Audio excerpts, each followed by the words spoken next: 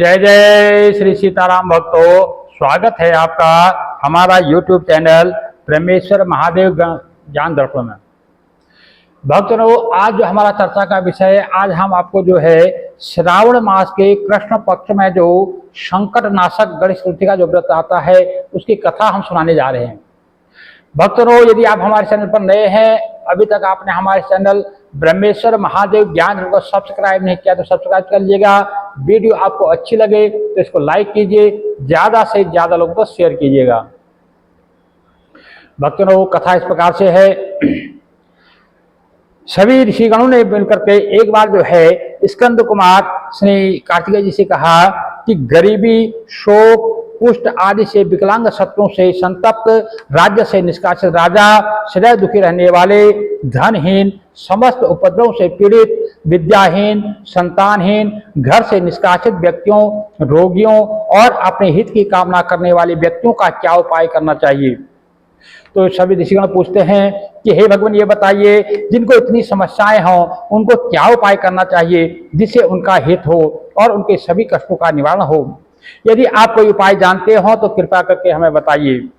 तो स्वामी कार्तिकेय जी ने सभी ऋषिगणों से कहा कि हे ऋषि हो, आपने जो प्रश्न किया है उसके निवारण के लिए मैं आप लोगों को जो है एक ऐसा शुभदायक व्रत करने के लिए बताता हूं जिसके करने से पृथ्वी के सभी प्राणी सभी संकटों से मुक्त जाते हैं।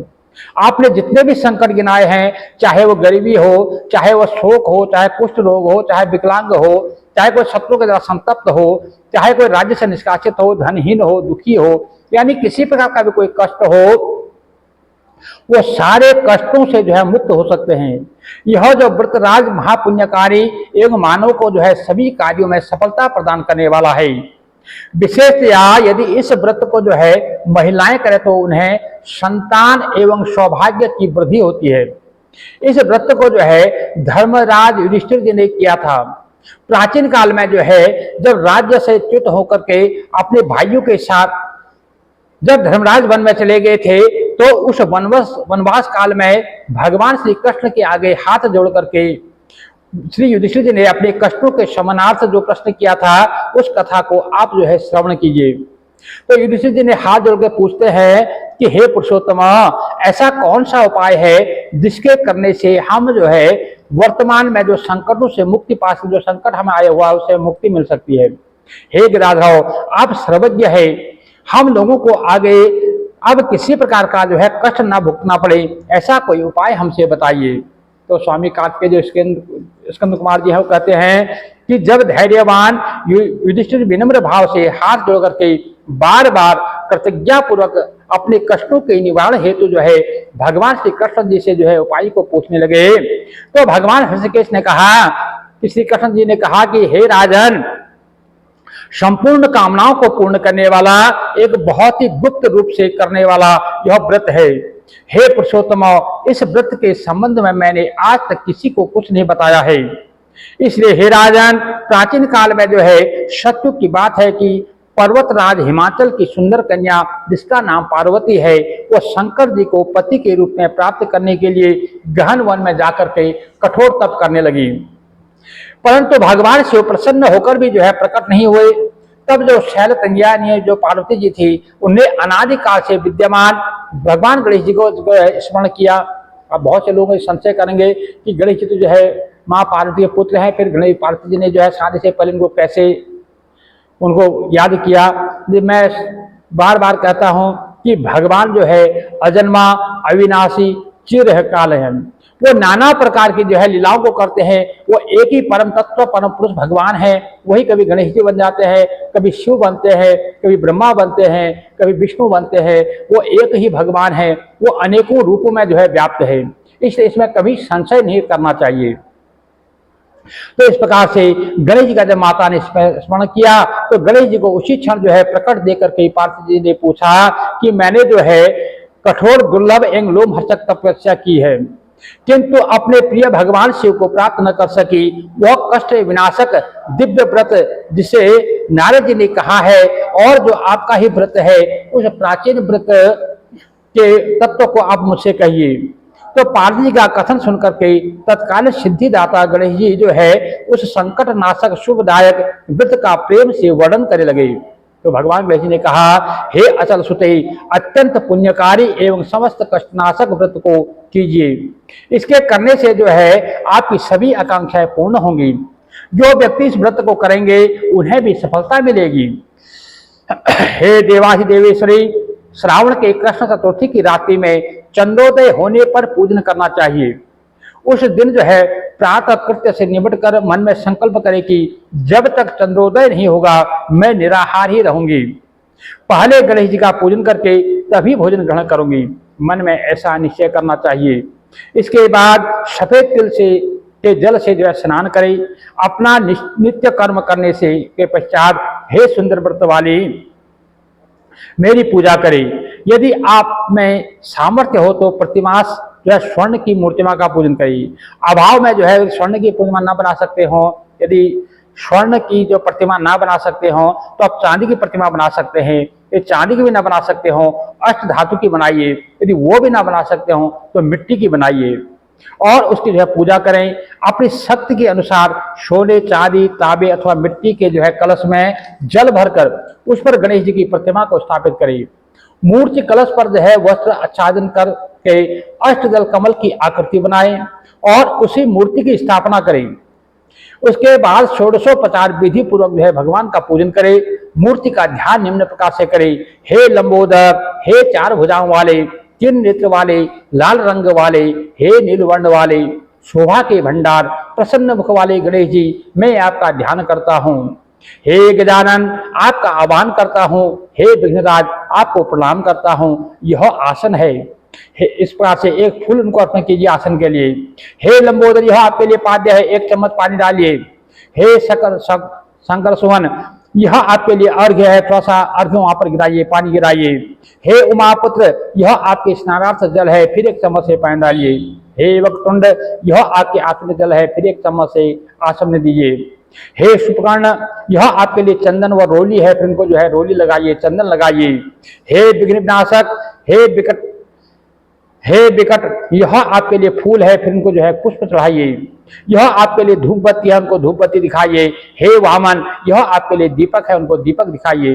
हे ईश्वरदेव, यह आपके लिए लड्डू का नैवेद्य है, इस प्रकार से उनको लड्डू चढ़ाइए।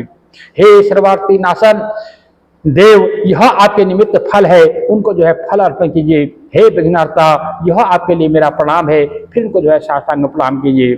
प्रणाम करने के पश्चात क्षमा याचना कीजिए। मंत्रहीनम क्रियाहीनम भक्तरं श्रेष्ठो यद पूजतं मया देव परिपूर्णम तदस्तु मे। फिर क्षमा याचना करिए। इस प्रकार षोडशोपचार विधि से पूजा करके नाना प्रकार के भक्ष्य पदार्थों को बना करके भगवान को भोग लगावे। हे देवी, शुद्ध देसी घी में जो है 15 लड्डू बनावे। सबसे पहले भगवान को लड्डू का भोग लगाकर उसमें से 5 जो है ब्राह्मण को दे दे। अपने सामर्थ्यानुसार दक्षिणा देकर के चंद्रोदय होने पर भक्ति भाव से अर्घ्य दे। तदंतर 5 लड्डू का स्वयं भोजन करे। इस प्रकार हे देवी, तुम सब तिथियों में जो सर्वोत्तम हो, गणेश जी की परम प्रियतमा हो। हे चतुर्थी, हमारे द्वारा प्रदत्त अर्घ्य को ग्रहण करो, तुम्हें बार बार प्रणाम है। निम्न प्रकार से जो है चंद्रमा को अर्घ्य प्रदान करे। क्षीर सागर से उत्पन्न हे लक्ष्मी के भाई, हे निशाकर, रोहिणी सहित हे शशि, मेरे दिए हुए अर्घ्य को ग्रहण कीजिए। गणेश जी को इस प्रकार प्रणाम करें, हे लंबोदर, आप संपूर्ण इच्छाओं को पूरा करने वाले हैं, आपको प्रणाम है। हे समस्त विघ्नों के विनाशक, कृपया अब मेरी अभिलाषों को पूर्ण करें। इसके पश्चात जो है ब्राह्मण की प्रार्थना करें। हे द्विजराज, आपको नमस्कार है, आप साक्षात देव स्वरूप है। गणेश जी की प्रसन्नता के लिए हम आपको लड्डू समर्पित कर रहे हैं।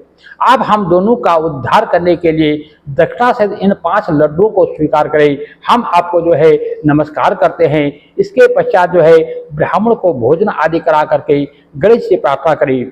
यदि इन सब कार्यों के करने से शक्ति ना हो तो आप अपने भाई बंधुओं के साथ दही एवं पूजन से निवेदित पदार्थ का भोजन करें।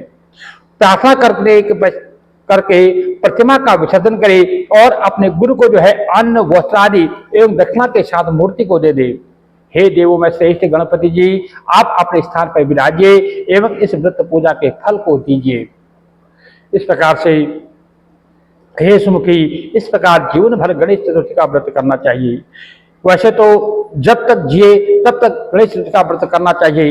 यदि जन्म भर ना कर सके तो कम से कम 21 वर्ष तक जो है गणेश चतुर्थी का व्रत करना चाहिए। यदि 21 वर्ष तक भी इतना भी करना संभव न हो तो कम से कम एक वर्ष में जो 12 महीने की जो गणेश चतुर्थी का जो व्रत आता है वो जो है 12 महीने की जो है गणेश चतुर्थी का व्रत करना चाहिए। यदि ये भी ना कर सके तो एक जो है मास को जो अवश्य एक जो है महीने का जो है एक व्रत जो है अवश्य करना चाहिए। श्रावण चतुर्थी का व्रत उद्यापन करे, यानी कि जो है अपने सभी व्रतों का जो है व्रत करके अपना जो है श्रावण की जो चतुर्थी को उद्यापन किया जाता है। आप जो व्रत करते हैं इन व्रतों को करने के पश्चात जो श्रावण के महीने में जो गणेश चतुर्थी इसमें जो उद्यापन किया जाता है। वैसे इसको शुरू करने का जो है गणेश को शुरू करने का जो मुख्य तिथि होती है वो भाद्र मास के जो गणेश चतुर्थी का जो व्रत आता है, संकट नाशक जिसको कहते हैं, जिसको संकट के नाम से भी जाना जाता है, भाद्र मास के कृष्ण पक्ष जो चतुर्थी आती है वहां से व्रत प्रारंभ करना चाहिए और सावन के महीने में जो है इसका उद्यापन करना चाहिए। और यदि आप किसी प्रकार से भादो के महीने में शुरू नहीं कर सकते हैं तो आप माघ के महीने से भी शुरू कर सकते हैं। शुरू करने का इसका दिन होता है माघ अथवा भादो और इसका जो उद्यापन का समय होता है वो होता है श्रावण का महीने की जो गणेश चतुर्थी होती है उसमें इसका उद्यापन किया जाता है। उद्यापन की विधि जो है फिर हम कई बात बाद में बताएंगे। और अभी जो है ये भगवान गणेश की जो कथा हमने सुनाई, भक्तजनों यदि आपको कथा अच्छी लगे तो इसको लाइक कीजिए, ज्यादा से ज्यादा लोगों को शेयर कीजिएगा। भक्तों यदि आप हमारे चैनल पर नए हैं, अभी तक आपने हमारे चैनल को सब्सक्राइब नहीं कर सब्सक्राइब कर लीजिएगा, आइकन बटन जरूर दबा लीजिएगा ताकि जो भी आने वाली नोटिफिकेशन हो वो सबसे पहले जो है आप तक पहुंचे। जय जय श्री सीताराम भक्तों।